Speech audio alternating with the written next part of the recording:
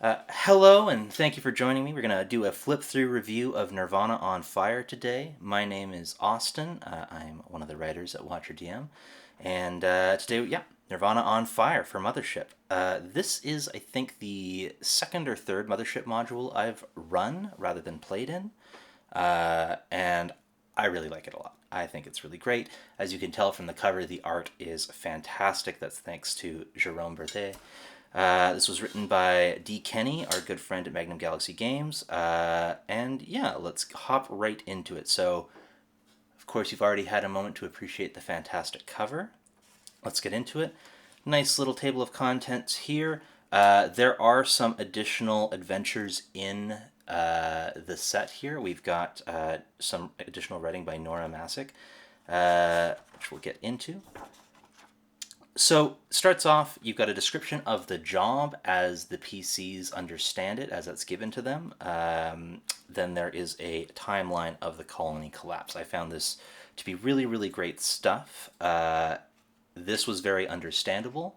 It really helped kind of ground a lot of what was going on. As far as this goes, I feel like with Mothership, my experience with some other Mothership modules has been that they lack in a hook, and I felt like this did a really, really great job of explaining why the PCs are throwing themselves into extreme danger. So, a good hook there.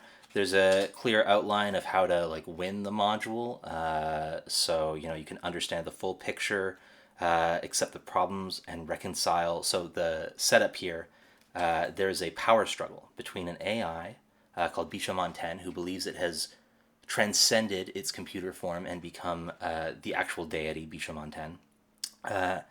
And there are these kind of two sides to the colony. There's the abbot, and then there's Genma, who's kind of representing the revolutionary technologist faction. The setup here is that the Straylight Computing Systems LLC, which is a AI company, they have kind of sent Genma and the abbot here to basically to allow this AI a chance to go nuts and believe it is a god and just kind of see what happens to society because of that. The abbot is trying to roll that out kind of gradually and peacefully. Genma is looking to re-engineer the human race in the image of their new god. So it's pretty intense stuff. Another thing I want to point out here, there's some really great stuff about running this as either a one-shot or as part of a campaign. If you've tried to run a long-term campaign for Mothership, I'm sure you've noticed that aside from the mortality and the healing rules, there are some, it's just tricky connecting these things sometimes. So this is some great information here. We've got some more fantastic art on this page. This is mostly descriptions of the various Neo-Buddhist loyalites, as they're called. This is the abbot in question, Ben Shiroyuki.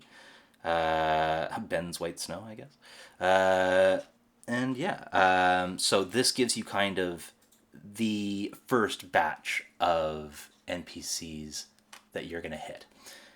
When we ran this, what ended up happening is I let the crew come out of cryo about a week out from the planet to give them time to get over their cryo sickness. That gave them lots of time to get contacted by both the abbot and the AI, and they decided to land on the planet and seek out the abbot, who, after all, is the one requesting their help. And so this was kind of the first batch of people they met. There is a thing in Mothership about there's no sense motive roles. If somebody lies to you, you know. Which made this really great. This was a really, really fun thing to play. You can just tell your players you're lying right to their faces or that you're hiding information, and it's a lot of fun. Now, not everybody is on the Abbot side. There is another faction in the colony that is the adherents of Bishamonten, and they are led by Genma here. He's kind of already been mutated into well, here, let me just read it to you. His unstable flesh is held together by bandages and concealed by heavy robes. Twisted nearly beyond recognition, Genma is the source of the prophetic signals broadcast over hijacked airwaves at night. Great writing. Yeah, so the idea is he's kind of become, To me, I would say like this kind of like half nanite swarm, half human sort of like cyborg creature. He's really twisted. He's hiding on the space elevator station above the colony with the AI, getting ready to, kind of make his move. Down in the colony, you have these five fellows, and Genma's lieutenant here. They are sort of the thin edge of the wedge. They're the ones that you will meet as you walk around the colony of Siddhartha's Peace.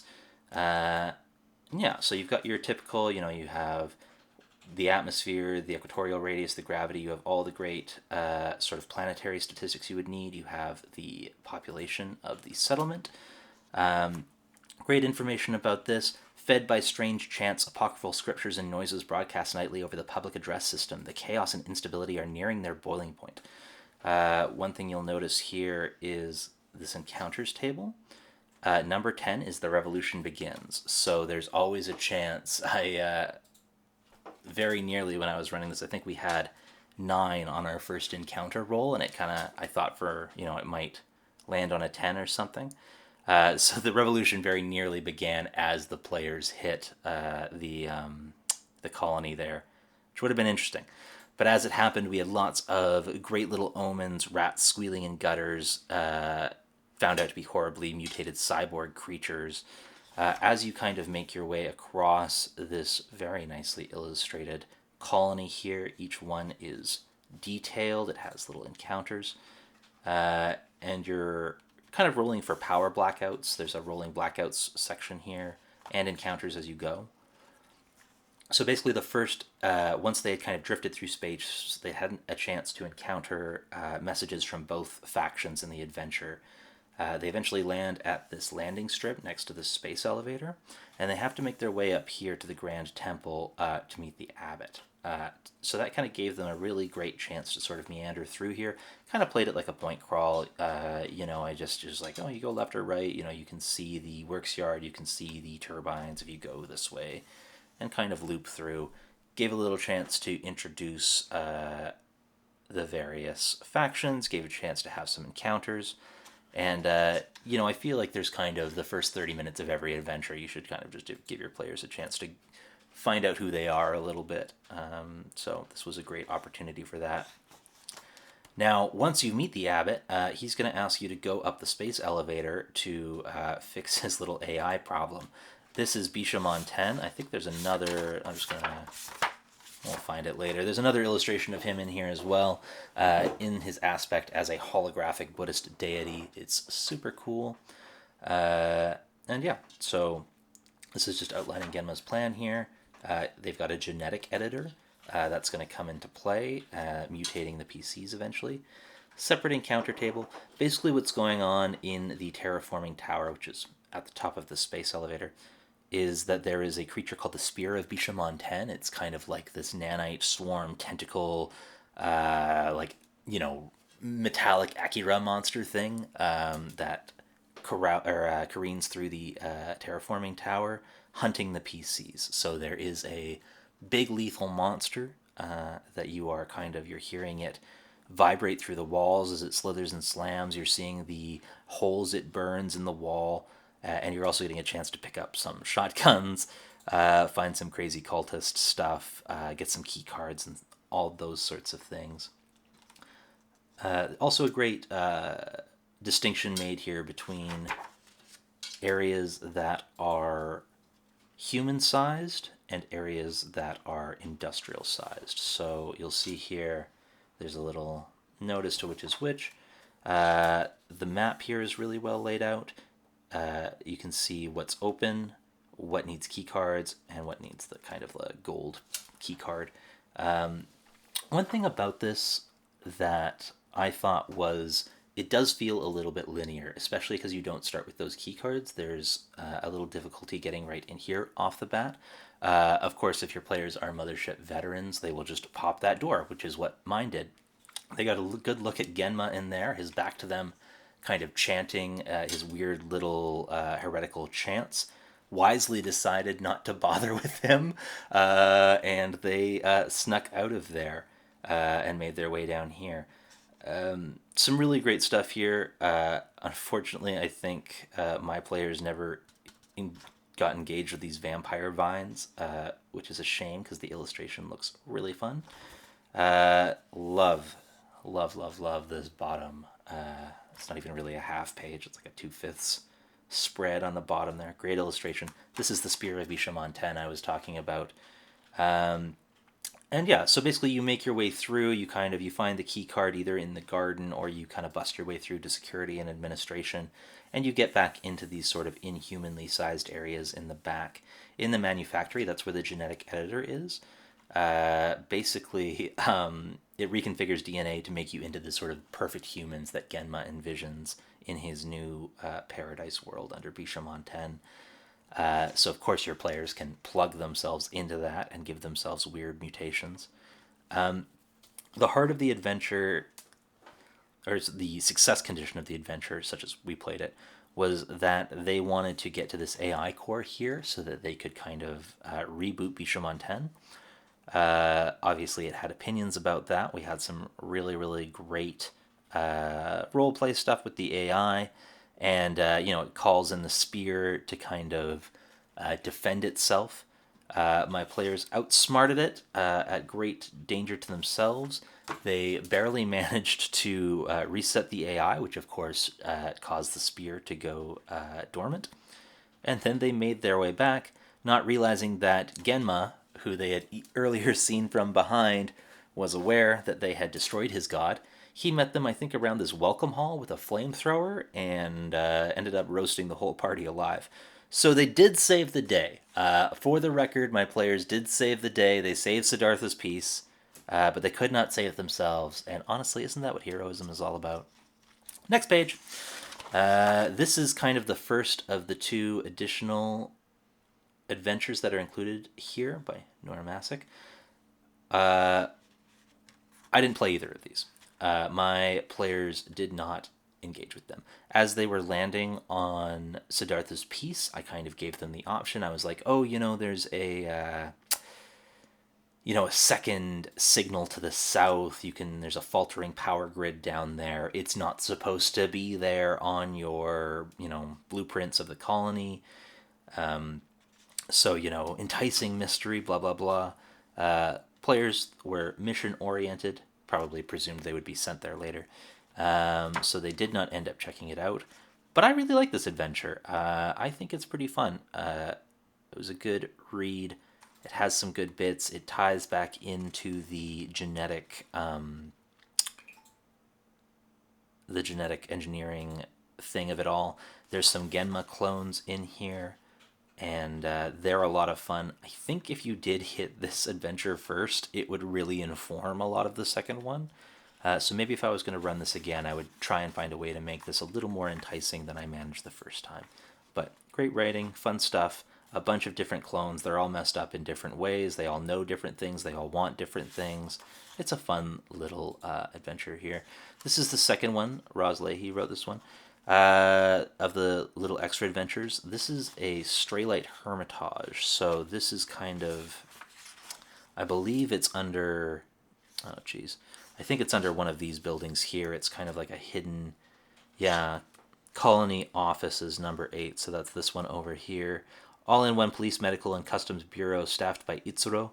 At the end of the corridor leading to the bathrooms, a secret floor hatch is partially concealed by a dusty pallet of cleaning supplies. It leads to a secret bunker, the Straylight Hermitage. There are things I like a lot about this adventure. I don't know that I know how I would get a PC there. Unless they're like, oh yeah, I go to the colony office, and then, oh, do they have a bathroom? You know what I mean? There's not a lot pointing you towards this adventure, which is kind of a shame. But I'm sure a savvy warden could come up with something that would point their players in the right direction. The nice thing about this adventure is it's really 3-in-1, and no matter where your PCs go, they're going to hit some interesting content. If you could find a way to get them to hit all of it, that would be cool, but I think it kind of gives it a little bit of replayability as well. The custom character class, the Acolyte. So I just for the first time, 3 days ago, I got to play an Acolyte. not in Nirvana on Fire, but as a character in a separate adventure. And I liked it a lot. The loadouts are really good. They're a lot of fun. The skills and stuff, stat modifier plus 20 to all saves is not something that it didn't really blow up in play, I found. But it is interesting. Theology and mysticism are fun skills. Trying to find ways to shoehorn them into adventures that aren't really built to take them that's what role playing is all about. And yeah, I had a lot of fun. I'll show you as well. Here's my character sheet from that. So if you have the Nirvana on Fire box set, it comes with a pad of these little folks here. Pretty cool stuff. Finally, we've got the back page here. We have our 2d10 genetic editor mutations. A lot of fun. And I think actually one of my favorite parts my favorite parts of the writing of the module, I'll say, because the art is so good. These D10 revolutionary prophecies of Bishamon 10 were a lot of fun. In the week that my players were kind of coming out of cryo sickness and drifting towards the planet, I had a lot of opportunity to hit them with this stuff. Also, while they were on the terraforming tower. Yeah. It's hard on the fly to be insane, I think. A lot of the times in these kind of, Lovecraftian inspired horror games, you have to come up with some deranged babbling, and that can be hard on the fly, especially when it has to be, coherent with a Buddhist inspired AI cult. So this is awesome. So yeah, Nirvana on Fire. I'll give you a quick flip through here so you can just kind of take it in as a whole. Great stuff, great art, great layout, great writing, fun premise, and like I said, a lot of variability in the way it can come out. I will take one more minute here before I sign off. Gabriel has the box set for Nirvana on Fire. I'm sure he'll want to talk about it himself, but there's that pad of character sheets I was talking about. There's Gabriel's copy of Nirvana on Fire. Oh. A GM screen. Oh my god. I haven't even seen this. This is amazing. Look at this. This is awesome. And then there's that nice Spear of Bishamon 10 illustration on the other side there. And a map. I won't fold it out because I don't have the space here, but look at that. Beautiful. So like I say, this was, I think, the second or third Mothership module I ran. Highly recommend it. I think very highly of it. A lot of Mothership modules are a lot of fun to read, and then you play them and your players are just kind of like, I don't want to go into the spooky house. This adventure draws you right into the spooky house. High recommend, and yeah. Guess that's what I have to say about that. Thanks for sticking with me. Like and subscribe, and check out our channel. Check out our website, watchyourdm.com, or go and check out Dave for Magnum Galaxy Games on itch. He's great. This is a great book, and if you decide to get a copy, you will enjoy it. Well, that's all I have for you. Stay weird.